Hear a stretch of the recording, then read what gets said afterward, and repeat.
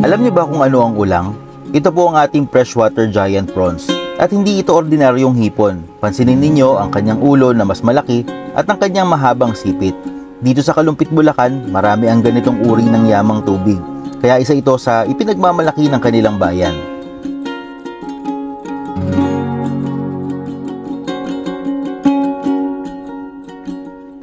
Hi guys, good morning. Nandito tayo ngayon sa Sitio 5, Pungo, Kalumpit, Bulacan. Nandito tayo ngayon kay Sir Jeff. So meron siyang freshwater giant prawns dito sa Sitio Pungo, Kalumpit, Bulacan. So yun yung gusto kong ipakilala sa inyo, yung giant ulang na nakukuha dito sa Angat River. Maraming naghahanap nito ngayon, actually dito sa Bulacan, very normal na to, lalo na dito sa Kalumpit kasi dito dati yun talaga nakuhuli. Pero ngayon, nagkaroon na ng mga backyard farm, kagaya ni Sir Jeff, na nagpaparami na sila. So pwede na tayong magkaroon ng supply at pwede kayong magkaroon ng dish gamit yung mga ulang natin. So samahan niyo ako makilala natin si Sir Jeff dito sa kanyang backyard farm. Hello po, magandang araw. Ako po si Jeff Christian Ramos. Isa po akong ulang collector dito sa amin sa Pungo, Kalumpit, Bulacan. Bali ako po ay nangongolekta ng mga ulang na nahuhuli dito sa aming ilog, sa Angat River. Bali inaalagaan ko po sila at pinapalaki. Yung iba binebenta po. Sir, kailan po kayo nagsimula? Bali ako po yung mangingisda. Since 2000, nangingisda na ako. So, bali nitong nag-lockdown, naisipan ko mag-post sa FB ng ulang na buhay. Tapos nabili sa magandang presyo. Nagkaroon ako ng idea na yung mga nahuhuli namin, tapos yung nahuhuli ng mga fisherman din sa ilog, paano kaya ibuhayin ko? Tapos ibenta ko. Okay.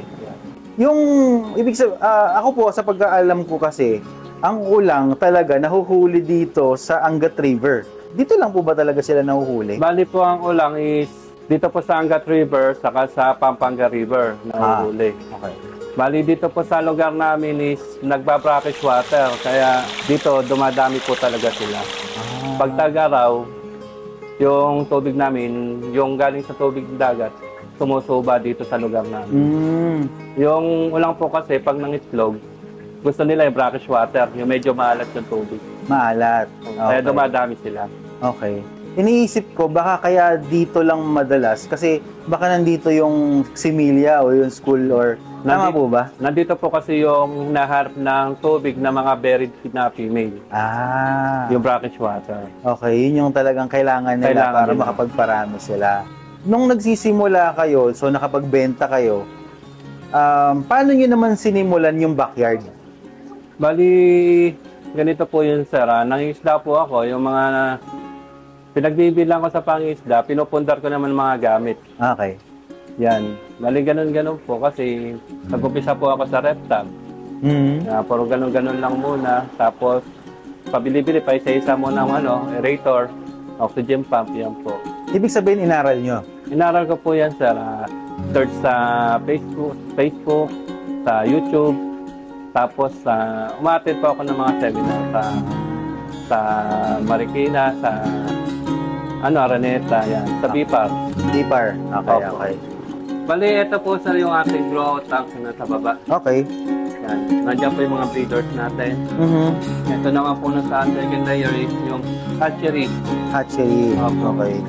At ito naman po yung mga condition na breeder. Okay. Conditioning tank.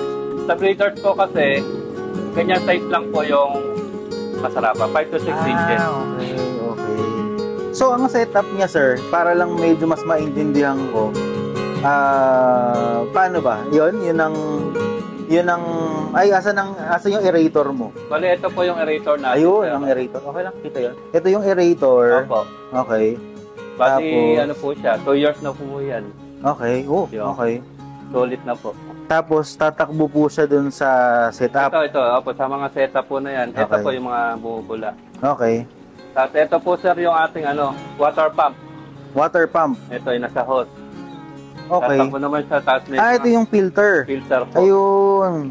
So, kailangan kasi parang running water Opo, siya. opo. Tapos para nalilinis siya, kailangan niya yung filter. Opo. Okay, tapos binabalik niya. At the same time, para nagiging aerator na rin to. Opo. Kasi pag bumagsak siya, medyo may bula. May ikot na po, Okay. sumicircle na po yung tubig. Semicircle na siya. So, ang nakalagay dito sa setup natin, sir, ano yung pinakamalaki dyan? Ito na ba yung pang-consumption? Hindi po sir, mga breeder po breeder yan. lang Yan po yung mga talaga 5 to 6 inches natin. Okay. Pwede ba silang hawakan? Pwede po sir. Sige. Hawakan namin. Kuha po ako. Uy, ang bilis. Ayun. Dito po Okay. siya. Ang hawak Bali po sa ulo po kayo yan. sa ulo. Meron ba siyang kagat o meron siyang ipit? Wala Tatakpan naman. nyo po yung mata niya para di kayo masipit, di rin kayo Kasi Dito lang. ito, po. Ganito po yung style sir. Okay. So, ganito po paghawak niyan. Di kayo masipit ng claw, di rin kayo Kasi itong buntot niya, Matalim din. matalim din. Okay, Pag pumitik siya, Masakit. masakit. And Pero hindi naman siya makakasugat. susugat niya po eh. din. Pwede naman po, babae naman po yan eh. Ah. Bali, ito po yung male. Ah. Ito yung female. Yung Pwede ko ba hawak yung siya. hawakan ng ganun para medyo makita yung size? Wag, pumipitik. Yan o, okay naman po. Ayan. So, ito male. Male po. Okay. Ito yung female. Yes. Ano nalalaman? Sa sizing? Sa size, katawan. sa katawan, tapos makikita nyo yung tiyan niya. Yung tiyan nito is, pag inano mong ganon, ano siya, malaman. Tapos, pa-triangle yung shape. Pa-oblong yung shape niya, may nakabuka. Then, pag yung pinisil mong ganon malalim, Okay. ibig sabihin na lagayan nyo ng egg yun. Okay. Sige, baka, di ba sila nai-stress? Okay. Hanggang ano siya, 20 minutes. Ay, talaga po? Kaya Na nila. walang water? Opo. Oh. Okay. Sa mga baby, sa mga hatching po, no? Opo, hatchery. Kailangan ang tubig niya, ang temperature ay 28. 28 lang. Kaya meron setup si sir nung parang pampainit. Opo. Meron Tapos, ang siyang tubig ganon. niya, brackish water. Bali, pinaghalo tubig tabang Alat. sa tubig alat.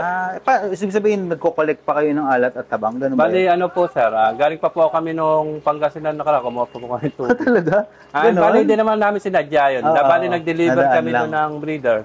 Then, para di sayang, kumuha na rin kami tubig. Hindi ba posible yung asin? Bali, Wala, ito po, nag-iisip meron lang. po tayong Meron naman formula. Okay.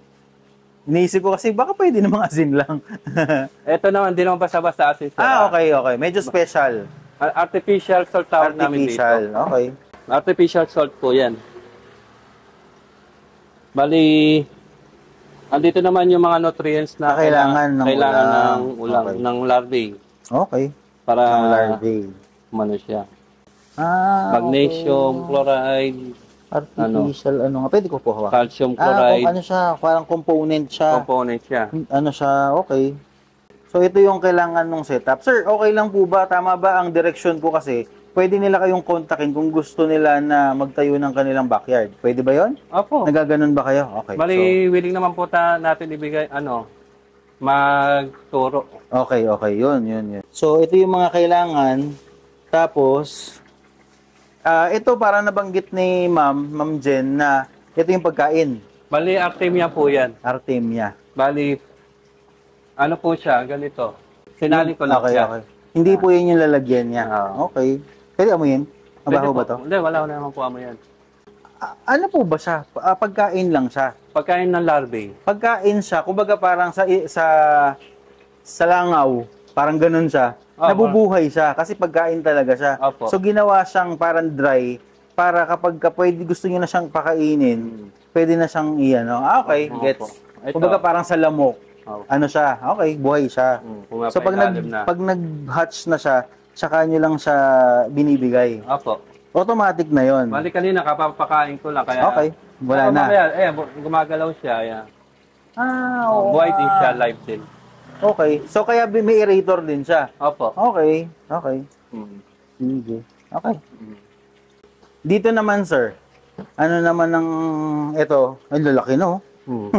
Okay. Bali sir, ito, ginagawa ko itong nasa itaas kasi 3 layer siya. Ito Okay. ginagawa kong quarantine tank. Quarantine tank. Para sa mga grow out. Okay. Ang grow out yung 2 to 3 inches na Okay. ulang. Yun na yung pang-consumption? Hindi po siya consumption. Pang ano po siya? Pang fingerlings sa mga Pang gusto magpalaki. fingerlings na gusto magpalaki. Opo. Okay. So, yung, may tawag ba sa ganitong setup? Ang setup ni Sir ay lona, plywood, bakal, no? Pwede pa lang ganito, no? Ang tawag po dyan, sir, trapal pan. Trapal pan. Okay. Bali ito, kami lang po gumawa yung bakal. Okay. Kumbaga nagpagawa ka ng framing. Tapos, mas mura tong setup na to. Opo, sir. Basta ang gagawin nyo lang is standard na Size. 4x8. Para 4x8. yung pag bumili ka ng plywood, sukat na sukat. Rektahan. Okay. Para diretso na siya. Hindi ka na maglalagari pa ng plywood yan. So 4x8 ang sample niya. Tapos ito yung pinaka-aerator niya. Opo. Nasa taas. Tapos babagsak niya yung mga hose. Tapos sa ilalim, sobrang lalaki. Pwede pa bang hulihin yan? Yan po yung mga pang-consumption, sir. Pwede ba siyang hawakan? Opo. Medyo... Ang laki eh. Grabe. Ngayon lang yata ako nakakita ng ganyang kalaking ulang. Bali ito, sir. Uy. Nasa 300 grams to. 300 grams. Natatakot ako.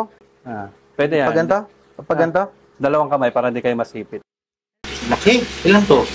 300 grams, sir. Mga 400. Okay, ito mga 300 grams. Baka po tumalsik siya. Gagawin ko po, alalayan ko po kayo. Yan. Yan natin. Okay. 2,670. Kulang 300. Kulang. 270 Pero malaki yan, ha? Opo, malaki na po yan. Okay na yan, sir. Baka natatakot ako, baka mamatay.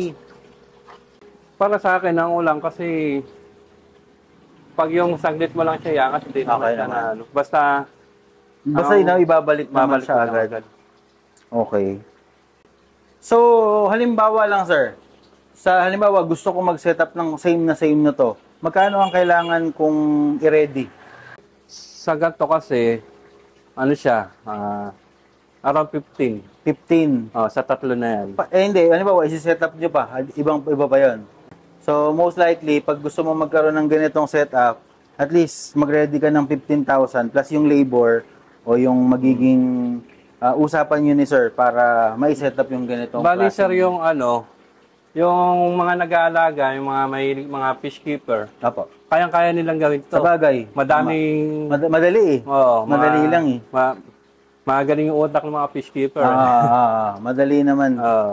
Kumbaga, kuhanin mo lang yung idea, pero yung knowledge ng pagpapalaki ang medyo kailangan mong investan eh. Opo. Kasi yun yung critical. Opo. Yung pagpapalaki. Opo, sir. Alright. Ano ba yung pinakakailangan? Ano ba yung mga basic na kailangan? Kung halimbawa, ako, gusto kong magsimula ng maliit lang. Ano ba yung mga kailangan? Bali po kayo, kung sa maliit na tank lang po kayo mag-uumpisa, ang kailangan nyo po is aerator pump. And water pump para maglagay kayo ng filter sa tank. Kasi po, ang ulang po kasi is flowing water. Okay. Kailangan po niya ng aerator pump pag yung mga limited tank lang po yung paglalagyan. Pero pag earth pan, mga fish pan, kahit wala na pong aerator, okay na po yun. Sir, kamusta naman yung business? Simula nung nag-umpisa kayo, madali ba? Kamusta ba? Medyo mahirap siya, pero ako na-enjoy ko kasi. Okay. Na-enjoy ko yung pag-aalaga eh. Kasi gusto ko ito eh. Tama. Yun po, yun. Kaya medyo nag-away na kami ng misis ko kasi nga, panay bili ako ng mga gamit namin. Pero, total, nabanggit nyo naman sa amin na dati kayong mangingisda. Kamusta yung pagkakaiba ng trabaho na to? Ano naman ang naiisip? Kumbaga, ano naman yung pakiramdam nung pag-ship? Totally, nangingisda pa rin ako ngayon. Okay. Sa beses, sa buwan. Ganun. Okay. Hindi ka mukha dati na araw-araw, gabi-gabi. Na pag wala naman akong gagawin din nangingisda po ako. Okay. Pero malaking tulong po yung namin. Kasi yung pag mga restaurant, pag nag-orderan, mga bulk order po kasi yun na bultuhan. Yeah, medyo maganda naman po kita pag supplyan namin sila. So, kamusta po yung business ngayon? Saan na ba nakakarating tong inyong business na ulang? Bali sir, nakarating na po sa Luzon is Ilocos hanggang Bicol. Bali, nakarating na din po sila ng Leyte. Okay. Tapos Bacolod, saka Iloilo. Normally, ano po ang nagiging customer ninyo? Bali, sinusupplyan po natin ng feeder yung mga hatchery operator, mga BIPAR Okay. sa North. Yeah, Okay. kasi dito lang po sa Angat River sa Papaga River, mayroon talagang ulang. Okay. So, ngayon, nagbebenta rin po kayo ng mismong meat or yung pinakaulang? Opo sir, pang-consumption natin, yung mga bigger size, yan, pang-consumption natin yan. Okay. Binibenta natin. Okay. Paano nila kayo makokontak?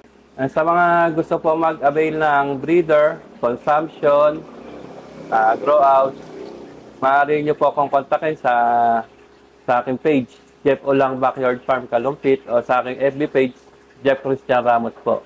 Bali, nagde-deliver po kami nationwide, Lalamove, in the part of Bulacan, to kaya po ng Lalamove and air cargo. Yan. Bali po yung backyard farm namin is nandito lang po sa Sitio 5, Pungo, Kalumpit, Bulacan. Ayan, so thank you kay Sir Jeff dahil marami tayong natutunan ngayong araw tungkol dito sa ulang. Marami akong natutunan. Tapos, ang gusto ko lang talaga actually, yung ganitong storya kasi gusto ko na sana yung mga nasa kusina, yung mga kasama natin sa food industry o yung may bisita kayo dito sa Bulacan, sana gamitin niyo yung ganitong mga produkto natin sa Bulacan, itong ulang, dito sa Kalumpit, bumili kayo kay Sir Jeff ng pang-consumption para masuportahan natin yung mga local producer natin. Sir Jeff, maraming salamat po sa inyo sa binigay niyong panahon sa amin para matuto kami. Pwede niyo po sila ulit i-invite, sir. Sa mga nais bumili ng ating giant ulang, is available po dito yan sa Sitio 5, Pungo, Kalumpit, Bulacan. Jeff Ulang Backyard Farm. Salamat po. Totoo na marami pang produkto ang Bulacan na dapat nating ipagmalaki at gamitin sa ating negosyo o personal na konsumo. Halimbawa nga itong ulang dito sa Kalumpit, Bulacan, na bihira at natatanging yamang tubig dito sa ating lalawigan. Ibinabahagi namin ang ganitong mga produkto dahil layunin namin na maging tulay upang makilala at matulungan ang mga negosyante at manggagawa dito sa Bulacan at ibahagi natin ang kanilang kwento. Suportahan natin ang sariling atin para lalong maging masagana ang industriya ng pagkain sa ating bayan. Hanggang sa muli po, ito po ang RAL Project at magkita-kita po tayo sa susunod na video.